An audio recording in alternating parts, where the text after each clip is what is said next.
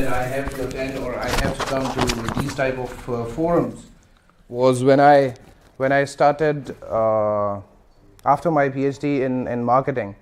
I started supervising one of my master's students who came up with a proposal with an idea of bitcoins, and it was a new word for me around 1 year back.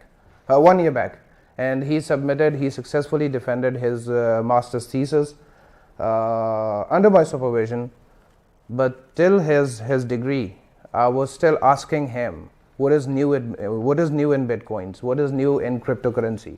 So that made me think about these new things. That made me feel like, yes, I should go back and connect back to that technology world. And another reason was I started my venture. It was a consultancy firm. I started my venture 2 years ago. And one of my students again approached me from Korea, and he said that if I can be of any help, if I can make you work something in cryptocurrency, do let me know.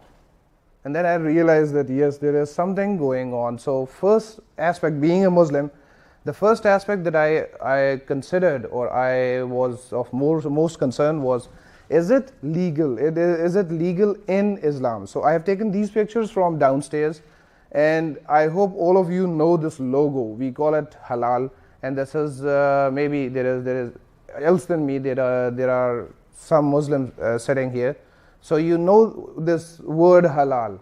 It is legal to use or legal to eat or legal to do this thing in Islam means halal.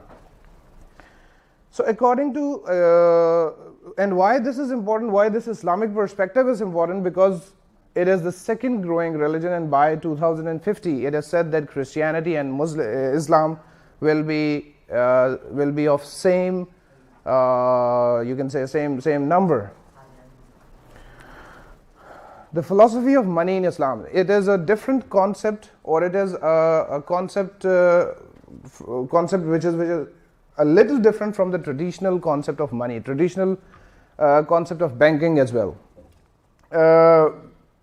In Islam, we say that we don't trade we don't trade money, but Bitcoin, some people they believe that it is trading of money.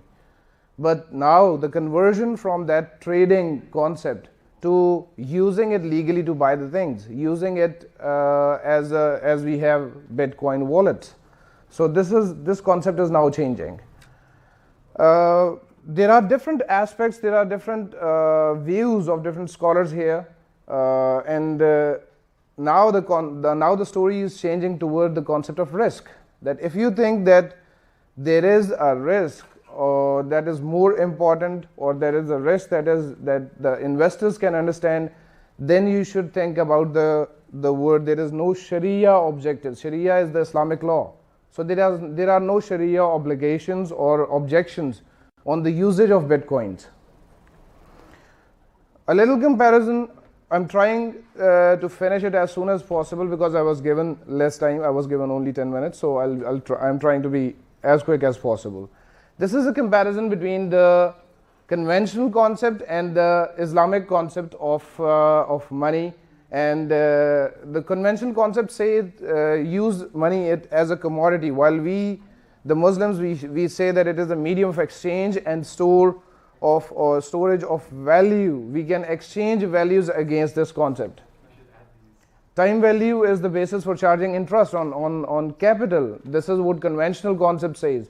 And the Islamic concept says that we deal with the profit. We deal on profit with trade of goods and services.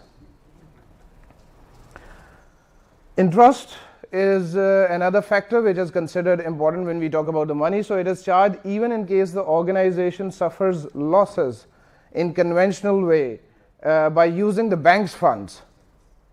And Islamic concept says that it operates based on profit or loss sharing, that we don't always consider the profit side. We always have the loss side also in our systems, in our Islamic banking systems.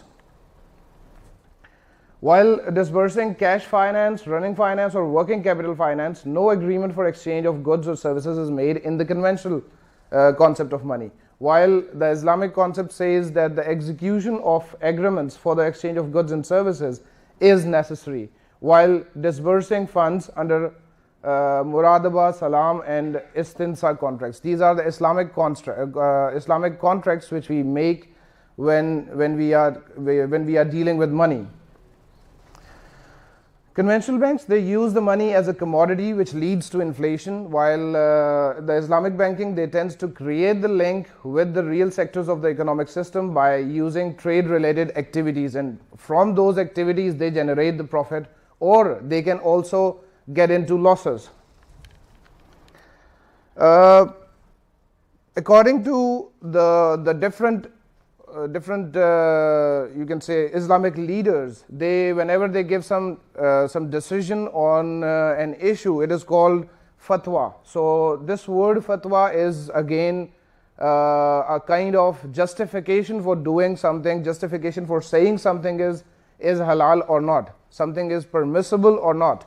So we have different fatwas. We have fatwa from Turkish Directorate of Religious Affairs, again from different scholars. He is one of the known scholars. It is permissible to use bitcoins. It is permissible to use bitcoins because of its changing nature. Because of its changing nature from firstly we were not able to buy something by using bitcoins. We were only trading the money, and now that is changed, and we can even exchange into commodity. There are even fatwas from Malaysian Fatwa Council. Then we have Saudi cleric views also. I'm skipping it just because of the time, and I'm not explaining them in detail. I want to come to the main point at the end. There are a few questions, and in them the most important thing is the good side and the bad side of bitcoins. So there are some good sides which people they read out or they list down, like it confirms with the prohibition of riba, that is usury. It incorporates principles of masalaha and mutual risk taking. Masalaha is basically mutual risk taking. It can potentially be used as parallel currency with fiat. It can potentially be used as hedging tool. So these are the good sides, and the bad sides are that it is volatile and there is lack of Bitcoin accepting merchants. Although this is changing, there are now more merchants which are accepting Bitcoins.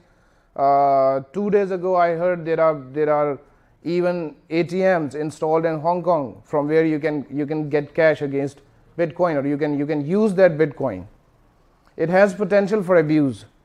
There are cases in which it was reported that it is the Bitcoin money is used for some illegal activities, even for money laundering, even for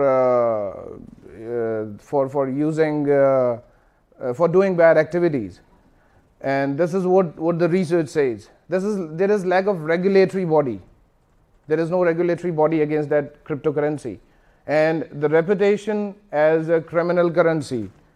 We hopefully know that there are many cases which report that this currency, Bitcoins, they are used in some illegal activities also, in some criminal activities also.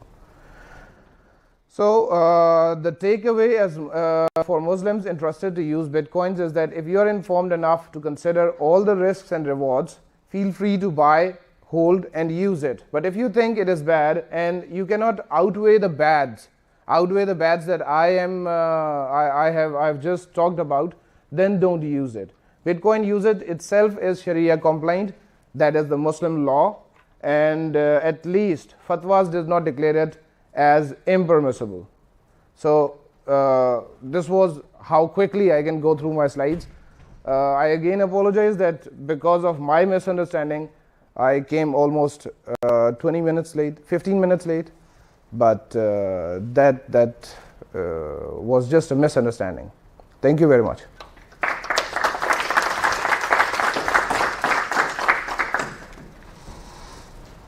If there is anything, if there is any question.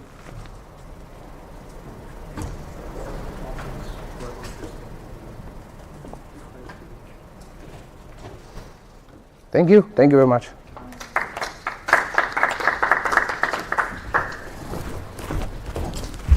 Sorry.